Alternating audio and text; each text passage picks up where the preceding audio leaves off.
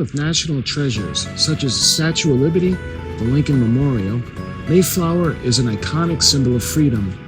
Of the hundreds of ships that made the transatlantic crossing in the 1600s, she is the ship we remember. 300 years later, on June 13, 1957, a full-scale reproduction arrived in Plymouth Harbor, Mayflower 2. Since then, Mayflower 2 has become a majestic centerpiece of a historic Plymouth Harbor in the Commonwealth of Massachusetts.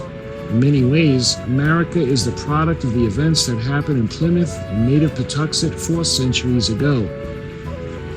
The choices made, the risks taken, and the adaptation of community structures to new civic realities.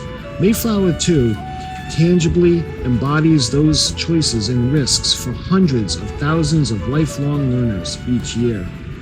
More than 25 million people have stepped aboard her decks to imagine the perils and contemplate the modern impact of the historic crossing.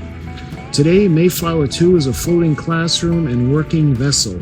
Following her restoration and return to Plymouth in 2020, she was added to the National Register of Historic Places, illuminating that she is a historic ship in her own right. A reproduction ship was always part of Harry Hornblower's vision for Plymouth Pawtuxet museums. In 1951, Plymouth Pawtuxet, then known as Plymouth Plantation, contracted naval architect William A. Baker to research and design plans for a ship the size and type of the original Mayflower. At nearly the same time, unbeknownst to Plymouth Pawtuxet, a similar project was developing in England. Warwick Charlton founded Project Mayflower Limited to honor the alliance of friendship forged between the United States and the United Kingdom during World War II. Charlton's team came across an article written by Baker, and after connecting with Plymouth Pawtuxet, a new partnership was born.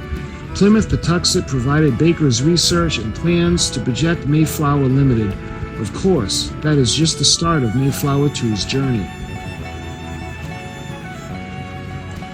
Mayflower 2 set sail from Plymouth, England on April 20th of 1957 with a crew of 33 men under the command of acclaimed captain Alan Villers.